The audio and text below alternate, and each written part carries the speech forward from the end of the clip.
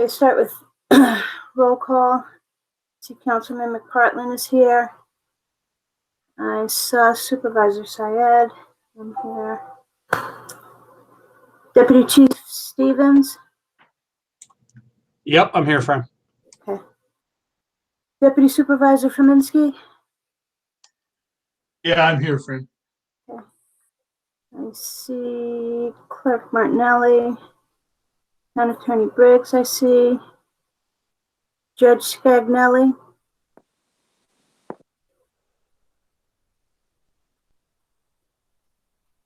Judge Scagnelli? I don't think he's here, Fran. Okay. Judge Swinton is here. Executive Secretary Backus. Morning, Chief. Good morning. Deputy Town Attorney Finnan. She's not attending this morning. Okay, thank you. Yep, Paul Briggs instead, so put him on there. Sorry, Paulette, I didn't be on there. PDA President Comanzo.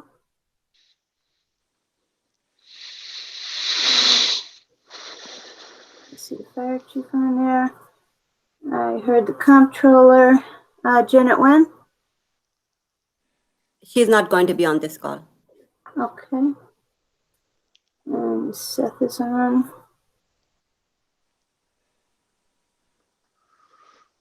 Anyone else that I missed? Josh Hawley with engineering's here. Oh, I'm sorry, who? Josh Hawley with engineering. Okay. And Ben Mastriani, a resident in Wyoming Avenue. Okay. How you doing, Ben? Hi. Yato from engineering. Okay. Bill Lawrence.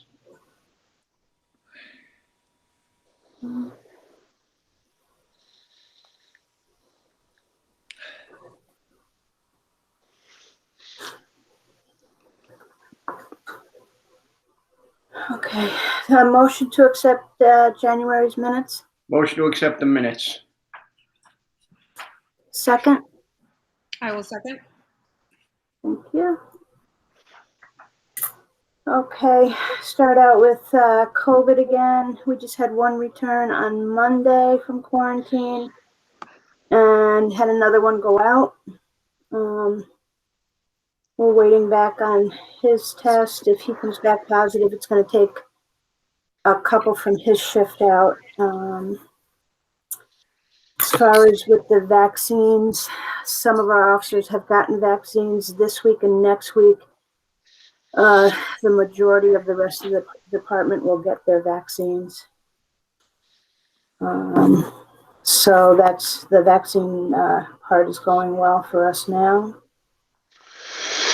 Police reform and reinvention subcommittees have submitted their recommendations, and we're getting this week. We're starting the second phase of the subcommittee consolidation. Starts Wednesday. We have partnered with Northern Rivers Mobile Crisis Service to assist with response to mental health calls. They're also willing to dispatch personnel to respond to police headquarters and provide training to department members in relation to dealing with mental health calls, which is going to be huge for us. And also, when available, they're willing to respond to assist with mental health calls when requested. This is also the same company that is going to, or that effective February 1st, when dispatch gets a mental health call, the call could be diverted to them instead of sending police immediately. If the person could, if it could be better for them to speak with a counselor instead of police being sent immediately. So Fran, just for clarification, who's going to make those sort of determinations, and what is their availability for that sort of response? So this is a program that I believe was started, I don't know, Dale, you saw it as well. Was it Syracuse or Binghamton? I'm not sure what company you're talking about. I missed the name of the company. Okay, so the dispatchers have a set of questions when a call comes in from, when a mental health call comes in. And based on the answers, they either send it to a counselor at Northern Rivers or it gets sent to the police department. Or, you know, for a police officer to get sent to the call. And then a Northern Rivers counselor will speak to the person. If they feel that a police officer still needs to be called, then it gets sent back to dispatch. Fran, can I ask a question? So Certainly. do we have an agreement with them? Some sort of an agreement to avoid the potential liability issues? Because we are making the determination, right? So hold on one second.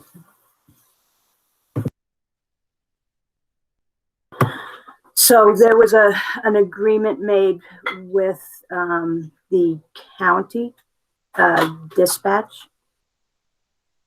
So all the police departments and I believe the fire departments were involved as well, Dale, is that correct?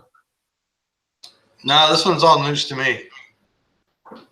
So you got this information from the county and county dispatch. So as everyone knows, we don't have our own dispatch center. So this is something that the UCC is going to be Okay. taking the lead on, I assume. Is that correct, Fran? Correct. Okay. And so then my next question goes to training. You had put in there's going to be some training. They're going to do some training for our officers. So the county, the dispatchers have already trained on this, which that's all on their end, on the UCC end. They have already trained on the dispatch part of it. Northern Rivers is going to provide us training on dealing with mental health calls. That training has not been set up yet. That's something like we just had a meeting with them this month with Northern Rivers to kind of partner with them. We have actually called them out to a few mental health calls already. I'm sorry. If I there's can't any sort of agreement, I think we need to get legal, again, take a look at that, and maybe we could even query the county on what they've got set up with them. So we just have an idea of, you know, what the agreement is, so to speak. Okay.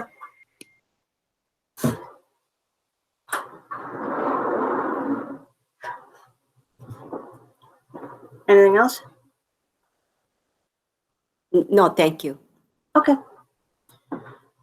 Okay, on to fleet and equipment. Bid purchase process will begin for the acquisition of the 2 new patrol vehicles to include upfitting for 2021. Building installation for the security lock system for the town building remains ongoing. I was speaking with Charlie yesterday. It looks like it could start as early as next week.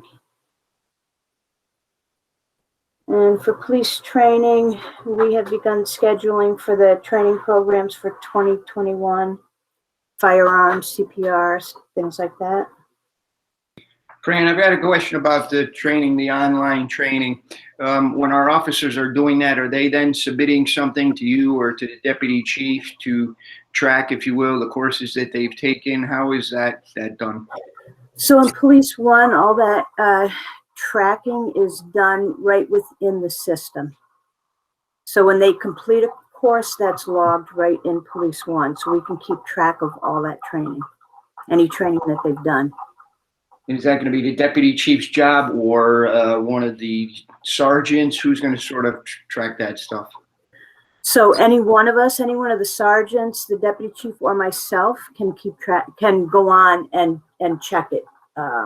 We can see how far they've progressed. We can see like if they've started the courses that they were assigned. if they've completed it, whether they didn't pass the initial thing, but any one of us can track that. Okay, so I think we may want to think about putting in some sort of formal way to do that, and or have someone have the responsibility of doing that, so we can, keep track of where all the officers are with that, and, maybe on a, I don't know, every 3 months, every 6 months, whatever you guys think is going to work out best, so that we can sort of track that, so somebody sort of doesn't fall behind, right, in training that we want them to have. Correct. It's the deputy chief's ultimate responsibility. He's the main training officer for the department. Okay. And citizen issues, Ben, I know you're on the line. We did get a email from Ben on Wyoming Avenue requesting the number of vehicles that pass through on Wyoming. We logged between December 28th and January 28th, and it indicated 11,857 vehicles passed through Wyoming Avenue during that period. One direction. So it does get a lot of traffic. Speed, again, is not an issue on Wyoming. We do get a lot of traffic on Wyoming. So Ben, you're here in the meeting. What you tell us what you came for? I'm sorry, I couldn't hear you that well. Ben, so you're here at the meeting, so tell us what. Sure, thank you very much. I had asked, I think it was an L.O. Robinson, to join. I think you started a committee on the traffic, is that correct? A separate meeting for traffic itself that I see on the website? I'm not aware of that. Is anybody else aware of that? Perhaps you're referring to the Complete Streets Committee, is that? Yes, Okay. yes. That does pertain in certain cases to traffic issues. It's an extension of our planning department. So Okay. yes, we do have that committee. I hadn't heard back from her, but I just said, yeah, I'd like to. But anyways, thank you for your time. I just wanted to mention, I have worked since I lived here with Officer Stevens, and the neighbors, and of course you and the person that was there before you. To me, 11,000 cars in one direction.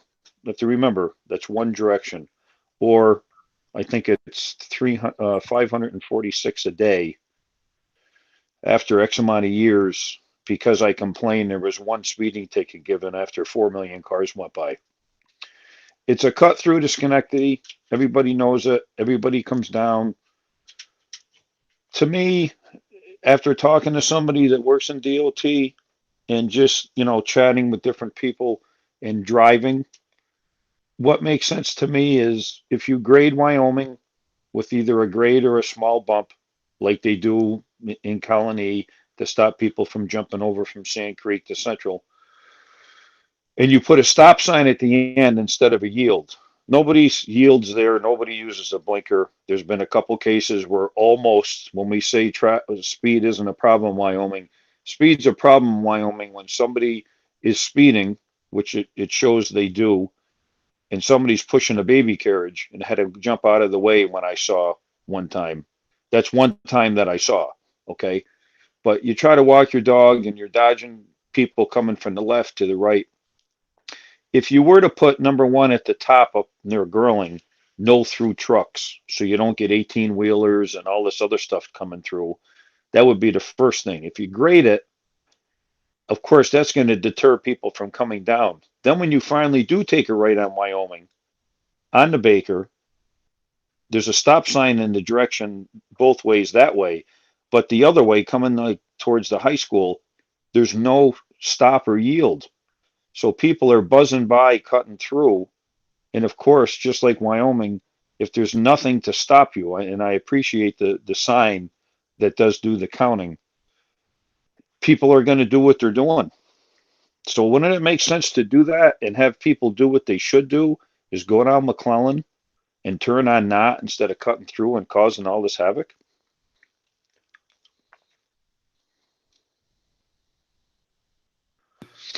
Ben, as you know, we can't tell people what streets to drive on, right? So we try to do the best we can as far as enforcement. We've had the radar sign and things like that out there. We can possibly speak with the highway superintendent about yield versus stop sign and have to look into, what the rules are with that. I don't know what they are. Someone else will know what that's, what that entails. But we've got traffic on other streets. A lot of it's caused by GPS and things like that, and just increased traffic. And Well, I hear what you're saying, but when you mention radar and, a couple times when I called, they came over, but one speeding ticket for 4 million cars doesn't mean it's being patrolled.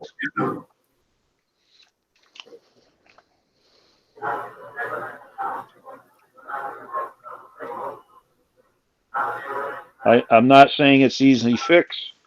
I know the part of it's Schenectady and Girling turns into Wyoming, but like I said, a no through truck, a grade, a stop sign, it's all about safety. It's not just people driving by the house. I mean, it's trust me, when you live down in this corner and you put a camera, you'll see exactly what I mean. So whoever the supervisor is, or whatever you mentioned about the highway, or if it's legal, I'm not sure who takes the ball from there, if I could help or if I have to do something else, but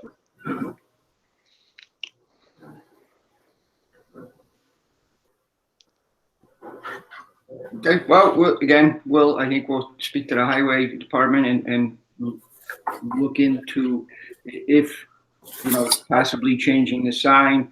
And that I know that the deputy supervisor has done some research as far as truck routes and things like that. That again gets into a lot of different traffic rules and stuff like that. So it's not just as simple as putting a no truck sign or weight limits on certain roads. That has a whole different set of rules. right. I understand that it's not easy, but like I said, if you grade or bump that and you deter people to go down McClellan to not, instead of jumping through, you're going to cause so much less traffic going through Baker and all those roads, Lexington and all that sort of thing. So even I had talked to Officer Stevens once. We sort of brainstormed years ago. He talked about, maybe see if he could get it to be a one-way, or whatever. Just trying to come up with ideas for safety. So whatever, can be done or explained to whoever the powers to be are, I appreciate. Okay. Thank you for coming. Thank you for your time. Thank you for your input. Thank you, Ben. Thank you again. Okay, we also received a traffic complaint on Fieldstone Drive for speeding vehicles. The patrol aware and have them out doing traffic out there. We are doing a traffic study as we speak. And then received an inquiry regarding the bid on police requested tow from an attorney representing a new tow company not presently doing business in Niskayuna. That bid has not yet been posted.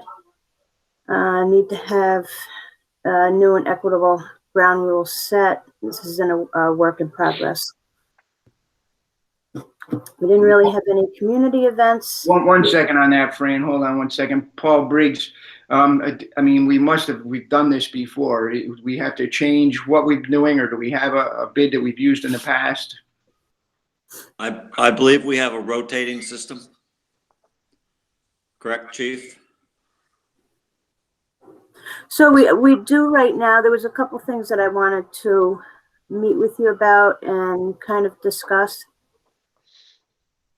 Okay. I'll kind of talk to you about it maybe in like September September. We just really haven't had a chance to kind of sit down and discuss it. Well, I'd like to try to get on it. This particular company's been asking for quite a while. So, and who knows, we may save some money, may get to a better process, but I think we should try to get that moving forward. I'll make an appointment with the chief, Bill, and we'll get that taken care of. Thank you. Town clerk? Fran, one quick question. What are going to be the financial terms of that? Can you just share that with us?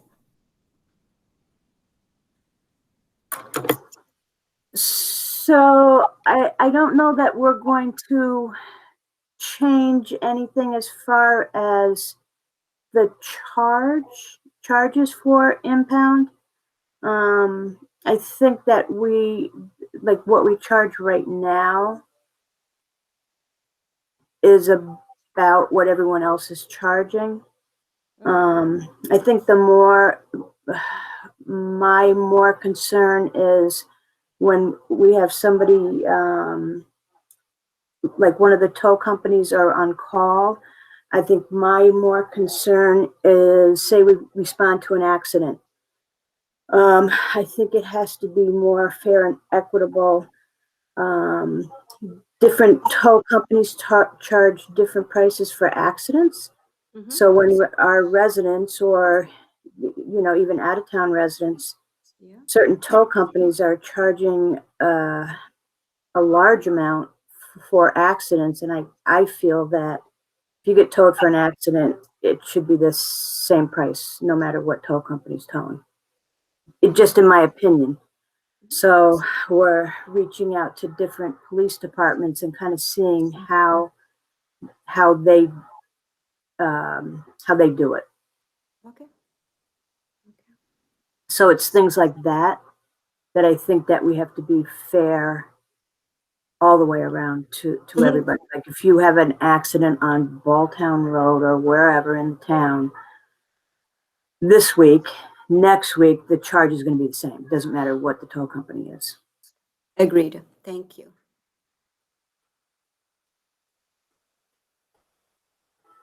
So it's just things like that I kind of wanted to discuss with the attorney. Okay. I agree with you on that. Okay. I was just wondering if it impacts, but that's it. Thank you so much, Fran. Okay. I mean, and if, when I talk with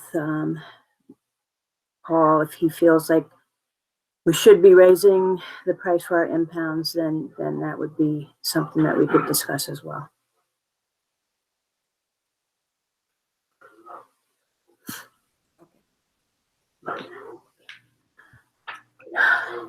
Okay, Town Clerk? Chief, I have nothing today. Okay. Thank you. Judge? Hi, Chief. As you know, we are still shut down right now, but we are tomorrow going to have our first virtual court session. We got together with public defender and the DA's office, and in order to try to knock down what we fear will be a huge backlog of cases, we're going to put the ones we think we can easily dispose of on for some virtual appearances. We're going to do 2 this month, if all goes to plan, and try to clear some of those. The only other significant thing we've got, and it's pretty significant, is our longtime full-time clerk, Barb Pigeon, has given us her official notice of retirement. We knew it was coming, but March 17 will be her last day. So the plan is to have our part-time clerk, Kelly Wetzel, take over for her on a full-time basis. The only issue is I need to be able to give her a salary so she can make a decision. I spoke with her yesterday. So I got an email into Ismat and Yasmin about that. And we'll see how that goes. Hopefully, if things calm down a little bit, if town hall reopens and Office of Court Administration gives us the okay, we'll be reopened for some in-person court sessions and try to get some of this backlog cleared, because it is growing frighteningly. Mhm. be I interesting. go ahead, I'm sorry. I just wanted to say that Judge Swinton and I, we talked about, giving her the raise, and he would be able to do that. His department would be able to do that after giving the 4% savings back for his budget. And it's actually a little bit more. So thank you, Steph, very much, Judge.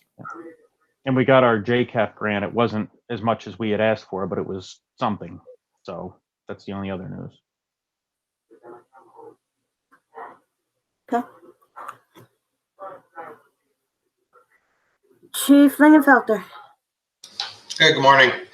Don't have a whole lot, just a COVID update. Right now, we're, knock on wood, COVID-free in the department. And the vast majority of personnel have gotten their second vaccine shot within this last week here. So things are hopefully looking up in that department. And just a kudo to the highway department. Took a drive through Old Niskuna on the way in this morning.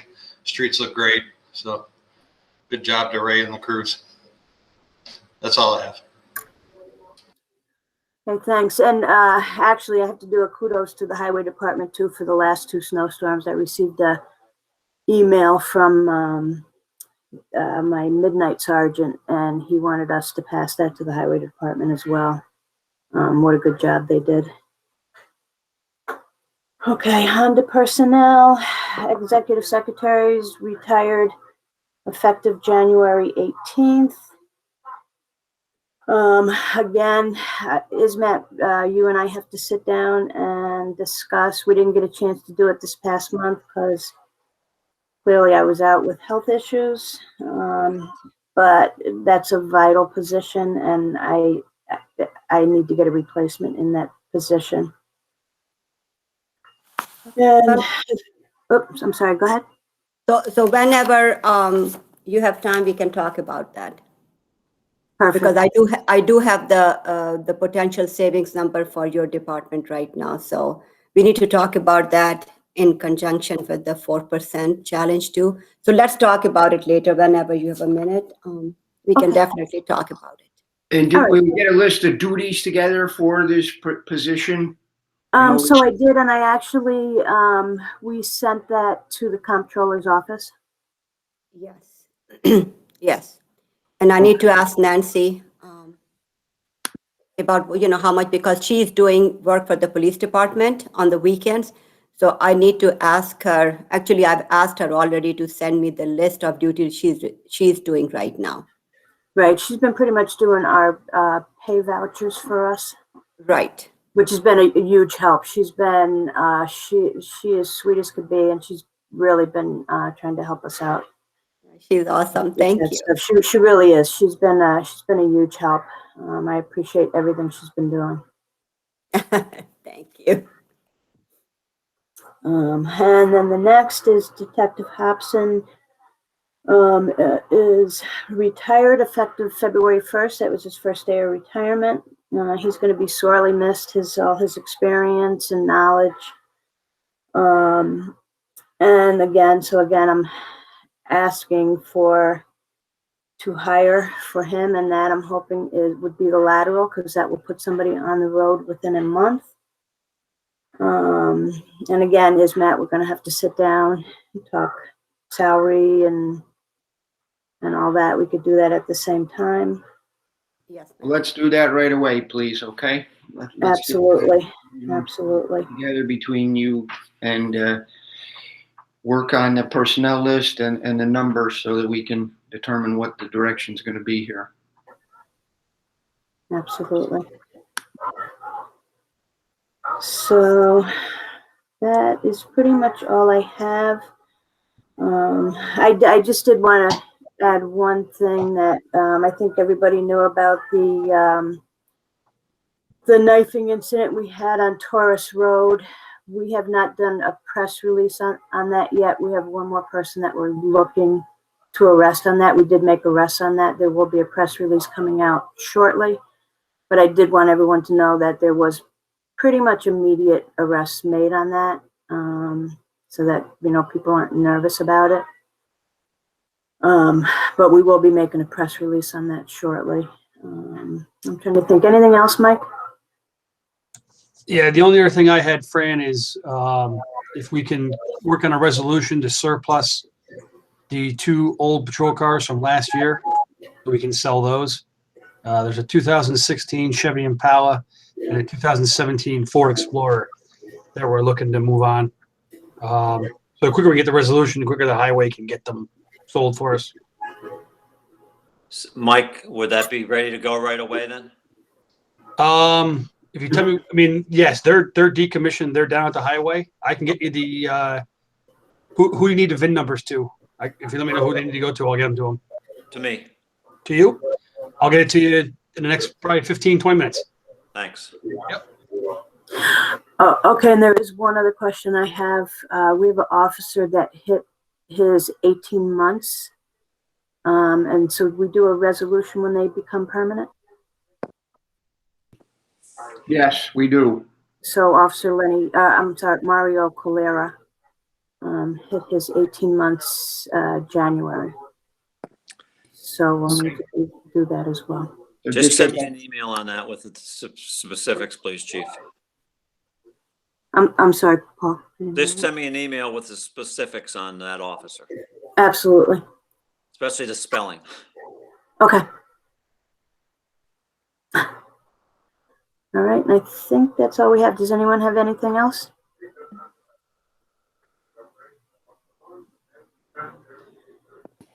Okay, I do have something that I would like to go into executive session about.